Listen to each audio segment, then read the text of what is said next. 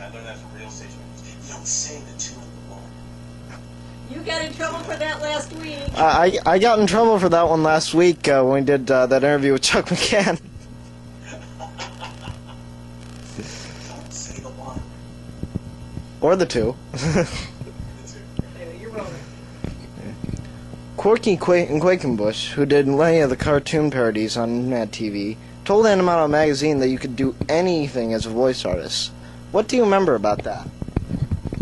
Oh, that's funny. I sort of credit Corky with, to a certain extent, with my voiceover career. Because I had done the Mr. T show when I was a kid, and I didn't really do any voice work until we started doing Corky's claymation pieces on Mad TV. And they use the sketch cast as the voices for the cartoons. Basically so they wouldn't have to pay anybody. But it was great because it got me back behind a microphone and introduced me again to creating characters with the voice.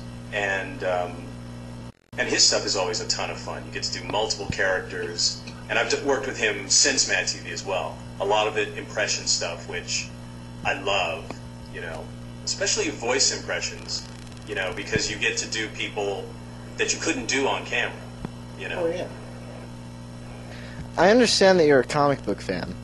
Has that affected your participation, like such things like Green Lantern on Justice League or Virgil on Static Shock? I don't know how much it affected. For me, it was always more interesting because of that, you know. And I went in there, I think, with probably a greater understanding of the history of the characters or the characters themselves than some of the other actors. Although it would always be fun on Justice League if we had guest cast, you know, come on the show and they were playing some comic book superhero that they'd never heard of. I usually had a comic book in my bag saying, oh, here's what he looks like. And I could pull it out and show them. It's like, here's a visual reference. Or maybe they thought that was obnoxious. I don't know. But I always had a lot of fun because I would talk with the writers, because most of them are comic book geeks as well. And, you know, I would see when they were using a storyline from, you know, Justice League in the 80s. I'm like, I know what you're doing, you know. And I think on a certain level, for them, it was nice to, you know that there was somebody else working on the project who got it, other than, you know, the writers and the artists. On shows like that, as well as like shows like Foster's Home for Imaginary Friend, you have to like speak with yourself a lot because you do like numerous roles. Can that be like confusing or?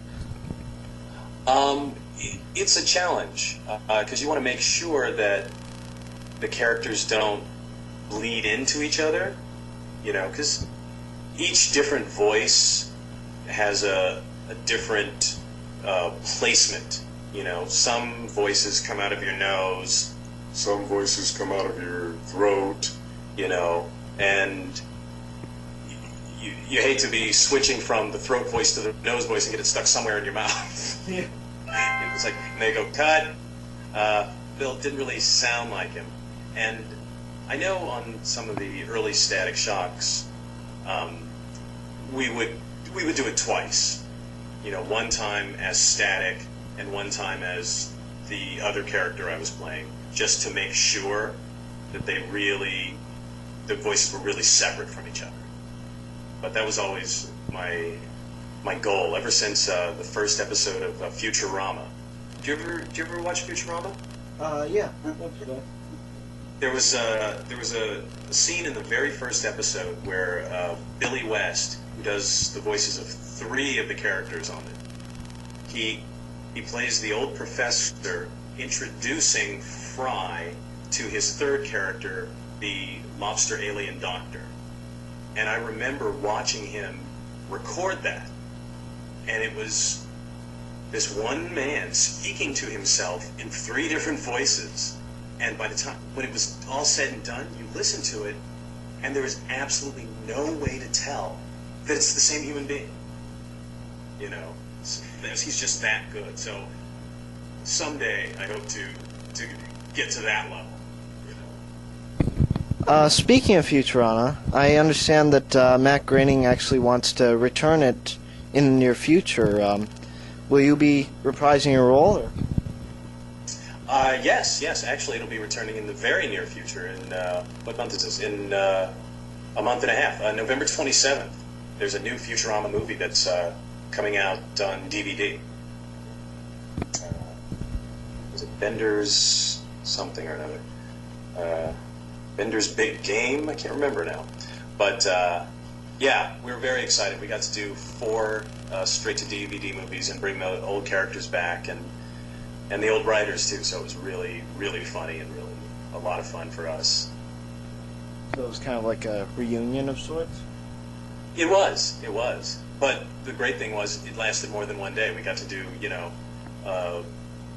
4 whole weeks, spread out over a year or so.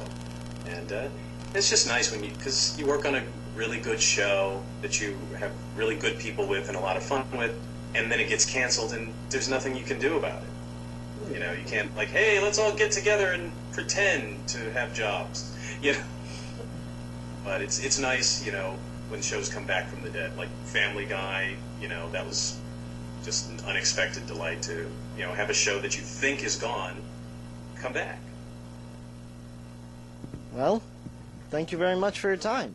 Oh well.